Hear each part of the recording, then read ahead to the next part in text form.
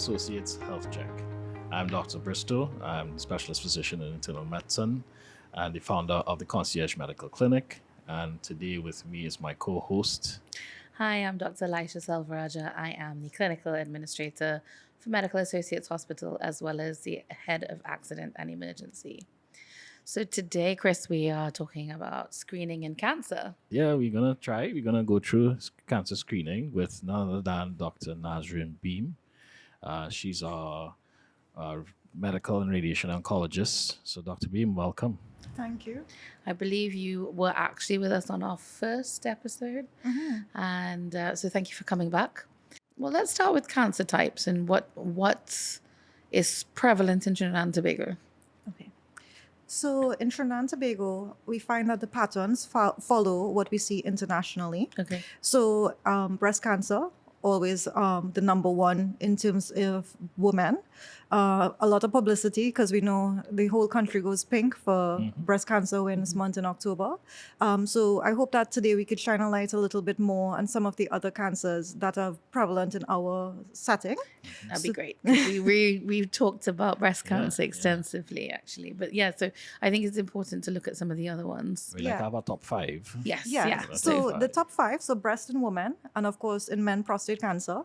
And then across both men and women, we have colorectal cancers and lung cancers being the heavy hitters. Okay. And then of particular importance, especially in our young population, is cervical cancer. Yeah, I think it's almost forgotten about, to be honest.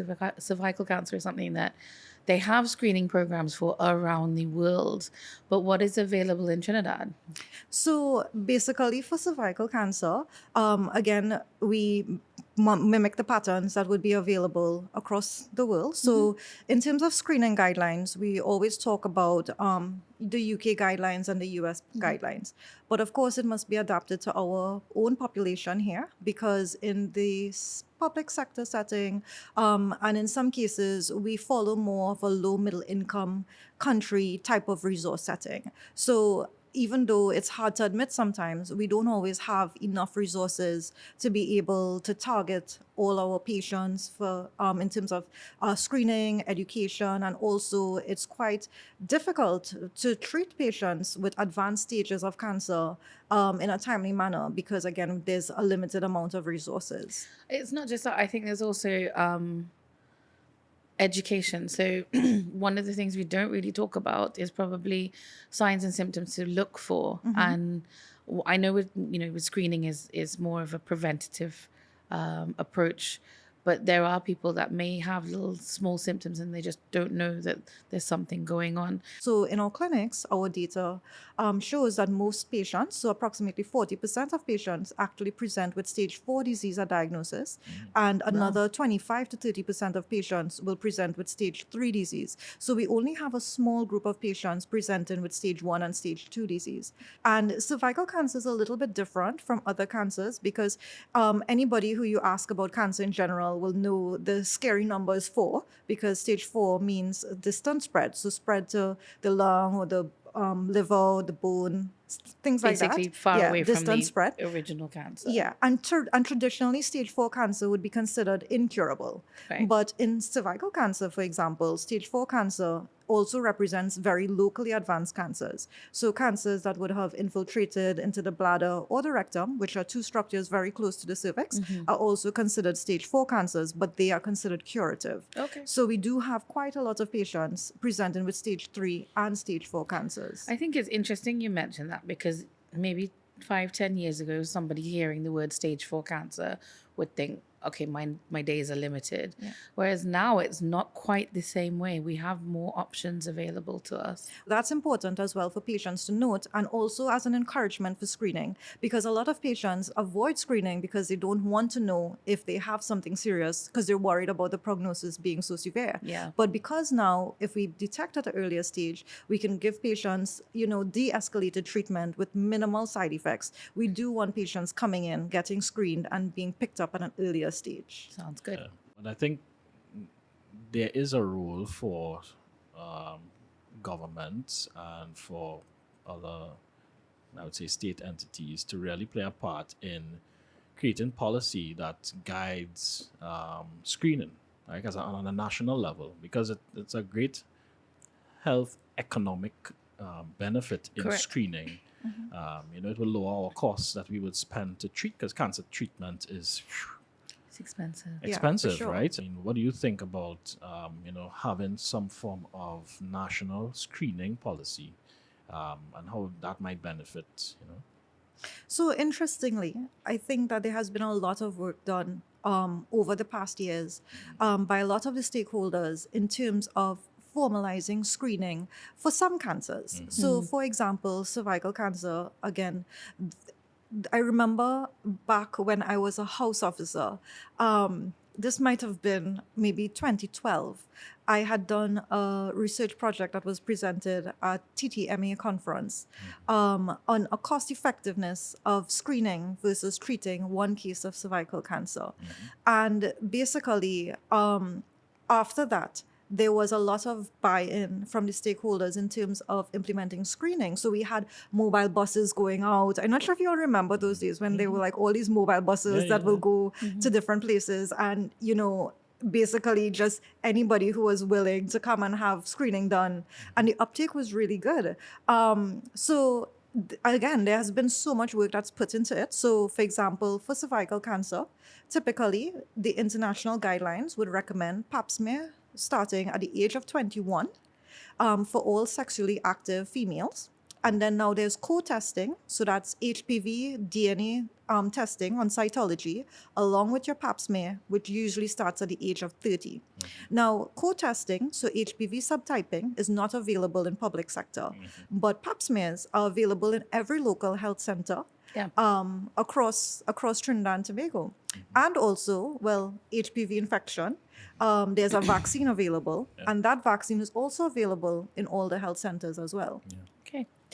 So we've touched on cervical cancer, but we'll go to break. And when we come back, we'll have a look at some of the other screening programs for some of the other cancers. Don't go anywhere. We'll be right back.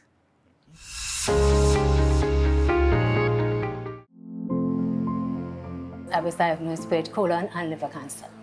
Hearing the news, I was devastated. Having to go overseas, that could be stress and away from your family. Medical associate, there was no other place to go, and I'm glad that I did, because they made my journey even better. I'm more comfortable.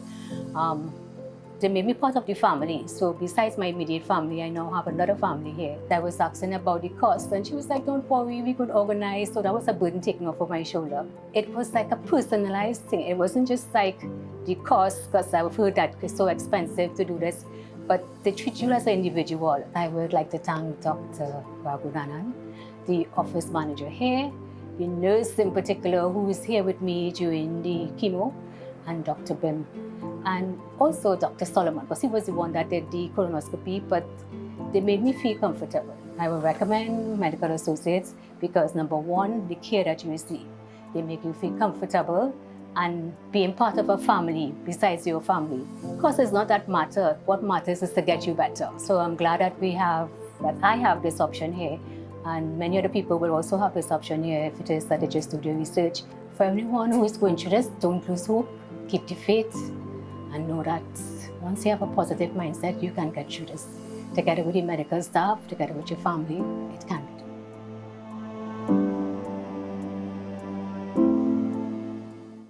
At Medical Associates Oncology Unit, we know every cancer journey is unique and deeply personal. That's why our team of expert oncologists, nurses, and specialists are here to provide you with world-class care right here in Trinidad and Tobago. From early diagnosis to advanced treatment options, we offer cutting-edge technology and compassionate support every step of the way. We're here to guide you emotionally, mentally, and we understand how costly treatment can be. So, we have reduced our prices to assist you financially as well. Every aspect of your journey matters to us. With expertise you trust and care, you can feel Medical Associates, the Caribbean's #1 comprehensive and internationally accredited hospital. Welcome back. So, Dr. Bhim, we were just getting into the screening, right, for different types of cancers, and you were mentioning cervical cancer at the end there. But if you want, I don't know if you want to go through by cancer top 5 type. what would be the screening intervals, or when should people start screening for different types of cancers? And maybe like how you go about testing yourself, Maybe So you for can- cervix, we mentioned that the age of 21 or 3 years after the patients become sexually active, and the recommended guidelines for screening would be every 3 years with a pap smear. So that's for cervical cancer. Does that change post-menopause? So usually for cervical cancer, we'd stop screening at the age of 65 if all pap smears had been normal. And with co-testing, you're able to pick up HPV DNA. So if a person is HPV infected, then it means that they have a higher chance of developing cervical cancer, as well as other cancers that we don't screen for, such as oropharyngeal, etc. But for cervical cancer, if a person is found to have HPV positivity, then we would continue screening for those patients. Yeah. and that is best done with the thin prep, right? That liquid. Yeah. pap So smear. liquid-based cytology is how we typically do it now, and the liquid-based cytology allows you to look at your regular your cell cytology for for pap smears as well as the DNA, HPV DNA as well. But it's two different tests. So you could look at your cytology to pick up abnormal cells, which are inconsistent with pre-malignant changes in the Right. cervix, but also for HPV testing, which might be able to signal even a patient who does not have pre-malignant disease Yeah. that they are at risk of having changes over time if the infection is not cleared. Yeah, so I think that's something that patients might need to know Yeah. when they request a pap smear, which type of pap smear, because the old school pap smear was just a slide that you would have done. And the new technology is using the cytology. Yeah, and most gynecologists now would do liquid-based cytology. Yeah. And what we've found is that also patients are highly motivated now. So a lot of patients know when they go to their gynecologist, they actually request that they want HPV testing done. It's always an adjunct to the regular smear. Yeah. But basically, if it's requested, it helps guide that patient, because if you have a pap smear, a smear done, and you are HPV positive, then you know that you need to keep closer surveillance of. Yeah. So would you increase their screening days so someone that's HPV positive would have less than 3 years between their screening dates? So usually the recommendations, if it is that the smear is normal, usually the patient would have a repeat testing within a year to see if the HPV has cleared. In some cases, we'd also recommend colposcopy, Right. so that basically you could keep a closer eye on the cervix just to see if there are any premalignant changes as well. But yes, it does typically change the guidelines. So in a patient who is HPV negative and has a normal pap smear, then in some cases, the recommendation is to repeat smear in 5 years. 5 years, But of course, that's also dependent on other factors such as having the same partner, because having a new partner also puts that person back at risk Yes. again of contracting the virus. Correct. Yeah. So switch it up now for, the other cancers you have. I want to hear about lung cancer. Yeah. I'm really intrigued. So lung cancer is basically the main risk factor everybody knows is smoking. So we consider a risk for lung cancer, even though you could find, so any cigarette, any amount of intake obviously increases your risk of lung cancer, as well as, again, other oral cancers, oropharyngeal, head and neck cancers. But smoking at 20 pack year is where we see real risk happening. So 20 pack year is basically the number of packs of cigarettes smoked per day by the number of years smoking. So that could be 1 pack of cigarette for 20 years, half pack of cigarettes for 40 years, or 2 packs of cigarettes for 10 years. All equates to 20 pack years. Just for context, you're talking about a pack of 20 cigarettes. A pack of 20, yeah, for and it's 1 pack. So some patients will smoke half pack, but they're smoking half pack consistently for 40 years. So they're 20 pack year So they're history. 20, and they have the same risk as somebody who's been smoking 2 packs a day for 10 years. Correct. And another popular one we find is that you ask a patient, and I'm sure Dr. Bristow would say this. So you ask a patient, have you quit smoking? And they say yes, last Well, week. yesterday. Yeah, yesterday. Yeah. So it's important for people to know as well that after you start smoking, that your risk does not return to normal risk until 15 years later. Yeah. So you have to actually be a non-smoker for 15 years for your smoking Risk risk to go down to go to- back to that of a normal So, population. you know, we talk a lot about cigarette smoking, but one of the more prevalent things now is vaping. So where does that fit in all the context of lung cancer? So unfortunately, right now, there isn't data that confirms that vaping is linked to lung cancer and head and neck cancers. I know that how there's data coming through from the pulmonologists that show that increases risk of other respiratory Yes. diseases. Yeah. But so far for lung cancer, we haven't found an link increase yet, okay. So for screening, well, we usually would offer screening to patients who are over the age of 50 with 20 pack year history of smoking. And the screening is usually a low-dose CT scan once a year. So if you do a low-dose CT scan and there's an abnormal finding, there is a certain classification for that abnormal finding that will trigger more like an escalation of tests or a earlier recall for screening. But typically, it'll be a yearly low-dose CT in a patient who has a normal scan. They come back in a year and have another low-dose CT. Okay. Right.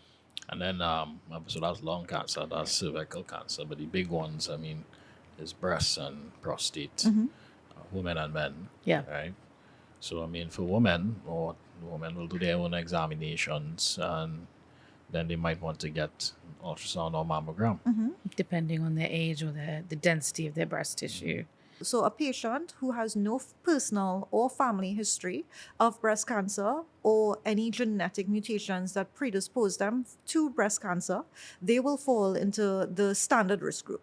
So for the standard risk group, again, the variation between UK and US guidelines are there, but it's generally within the age group of 40 to 45 years. So normally I would recommend 40 years in our population because we do see a lot of patients coming with breast cancer at earlier ages. So definitely 40 years. And it would be a mammogram and ultrasound done every 2 years. Yeah. Now, basically, data also shows that most patients who have an abnormal mammogram, the mass is palpable. So clinical examination as well as self-examination is extremely important Yeah. because most of the times in women, once it is that you pick that up on a mammogram and you go to a physician, when they examine you, they can find that. Yeah. So it's important for the patients as well to be aware of what normal is for them. So if there's any changes, they can pick it up early. Really. And you know the guys, they all sitting down at home wondering, oh God, they're going to talk about the prostate. You know, it's a taboo thing, right? Well, hold on, because we need to go to break. So Man. let everybody prepare their minds for prostate cancer. So when we come back, we'll be discussing screening for prostate cancer. Guys, come back too. We want to see you. AI technology is changing healthcare. And at Medical Associates, our new AI-powered MRI scans give you clearer images in half the time. And right now, you can get $800 off your MRI at our St. Joseph branch. So call us now to book at 662-2766, extensions 4072 or 4073. At Medical Associates, we make it easier to get the clarity you need with the care you deserve. Our CT scan services are quick, comfortable, and designed to detect internal issues early, often before you feel a single symptom. Because the best way to treat something is to catch it early, and Medical Associates makes that easy. Just call 662-2766, extension 4072. You're in expert care at the Caribbean's #1 comprehensive and internationally accredited hospital. Don't wait for signs. Take control of your health with ease and confidence at Medical Associates, where care always comes first.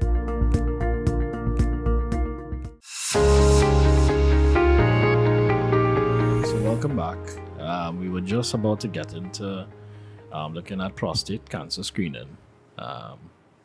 You know, it's a taboo topic for men, really, because of the way society The frames examination. the examination process for prostate cancer. And I mean, depending on where you read, you might see that you could just do a blood test and you could forego the examination And well, some people just try to opt out of the exam. What's your opinion? And based on the science behind it, is there a rule for the digital rectal examination, or we call it the finger exam? Of course, there's a rule. Yeah. I think he's speaking from a man's point of view. He's trying to bargain on behalf of his Fellow His brethren, cohort. Yeah. Because I mean, if you're going by a male doctor, the male doctors, their hands are pretty big, right? Female doctors have nice small hands. What do you think? So you advocated for seeing a female urologist instead. Yeah, I would. Just because of the examination. I would. So basically, the assessment and screening for prostate cancer is usually called a triple assessment. So the triple assessment will consist of the digital rectal examination, as well as a PSA, so prostate-specific antigen, which is a blood test. And if those two are abnormal, then it prompts a biopsy. Right. So basically, I would always say that something is better than nothing. Right. So in somebody who is absolutely against having a prostate examination, at least do PSA testing. And again, in our population, so Afro-Caribbean, as well as Afro-American patients have a higher risk of having aggressive prostate cancer. So we do find that in our population, we see that pattern as well. Yeah. So we would recommend screening starting with PSA testing. And again, so the triple assessment, starting at the age of 40. Can a man have prostate cancer with a normal PSA? So yes, you can. So typically what we would do would be calculate something called a PSA density, which is based both on the prostate volume as well as the PSA value. But you would find, so typically normal PSA is between 0 to 4. And also one of the other things that we'd look at is the PSA velocity as well. So if you're doing yearly screening and your PSA is trending up, then, we also follow that pattern to be able to determine whether it is that a patient needs to be biopsied or not. So for example, we've had patients who might be between 40 to 50 with PSAs just borderline, maybe between 3 to 5, who would have been biopsied and found to have prostate cancer. Whereas if I had a patient who was maybe 70 with a PSA between 3 to 5, I'd definitely be less worried about it. Okay. So, all of those factors do come into consideration, the size of the prostate, the PSA density, velocity as well, how quickly it's increasing, and if there are any other symptoms in addition to, or a patient might be asymptomatic. So all of those things do make a difference. And I mean, now to cap it off with the two, like across both male and female, you have colorectal cancer being a very popular one. So in our population, we recommend starting screening at the age of 45.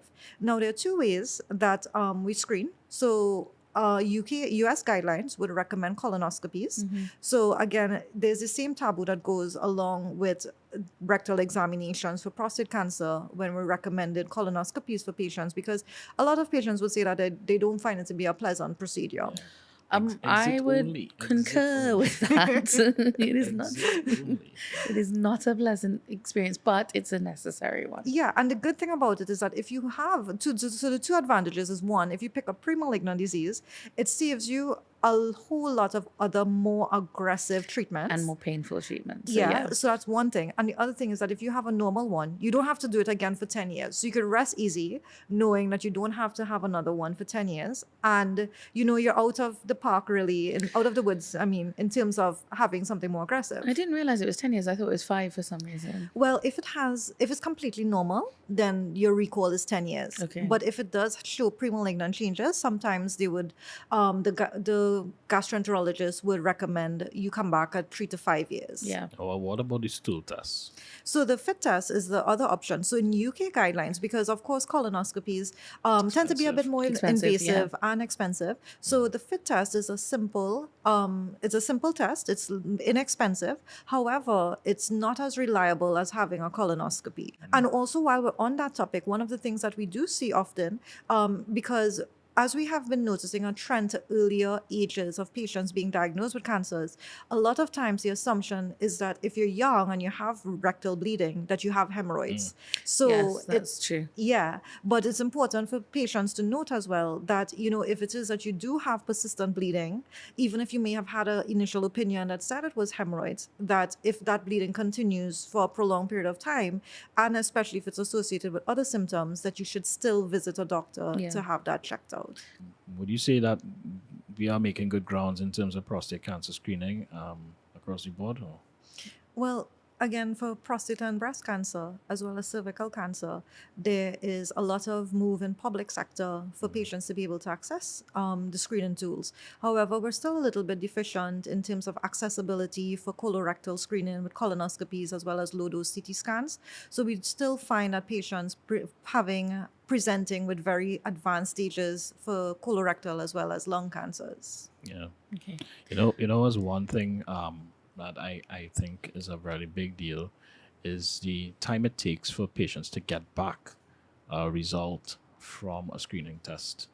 I know in medical associates it probably is a shorter time frame, but some patients could get lost in systems for. I mean, in particular for us, because that was an issue, we implemented a free patient navigation system. So people that are who have come up with a diagnosis, we actually allow them to come into the unit and they go through a pathway. So it's a nice streamlined system.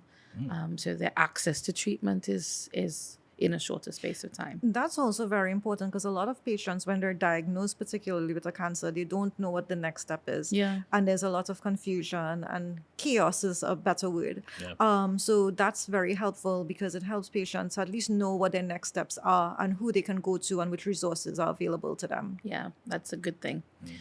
In particular, I think we have noticed that we don't necessarily see the lung cancer patients until they are so far advanced that their treatment options are somewhat limited. So you have suggested low-dose CT scans for them. Is there anything else you would want to put forward?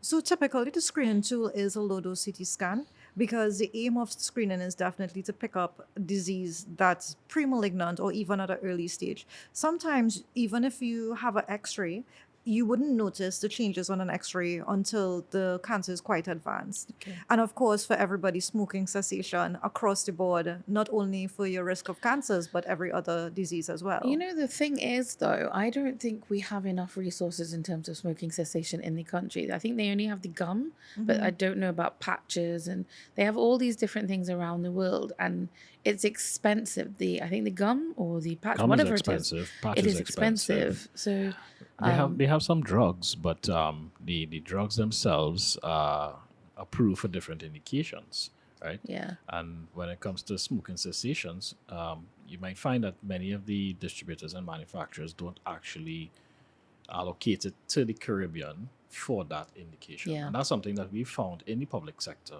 when we tried to launch smoking cessation clinics. Actually getting the medications is a big problem. yeah.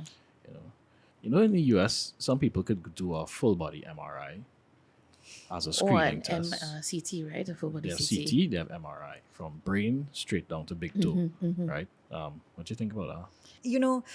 You could go do a full body CT or MRI looking for one thing, and then you find 10 other things, and before you know it, you're seeing a whole bunch of different specialists and spending all your time in clinics and investigations. So definitely would not recommend. Patients even come and ask me if they can go do a PET scan for screening. So I would definitely not recommend it. I think if we were able to have patients go out and actually do the screening for which they're applicable for, that we can actually have a much bigger impact on patients being diagnosed with advanced stages.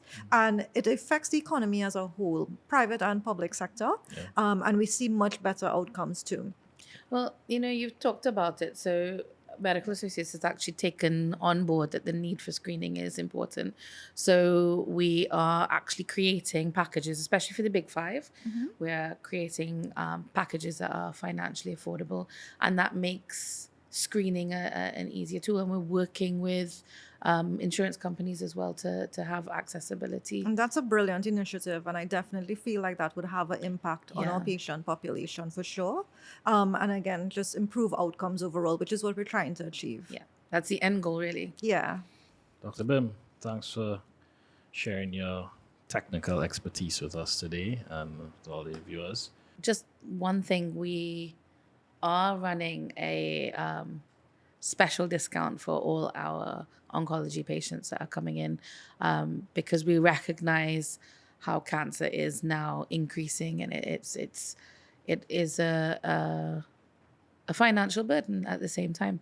So Medical Associates is offering discounts on our oncology packages. So feel free to contact us on 662-2766 extension 4077 for more information. All right. So thank you all for tuning in to this episode.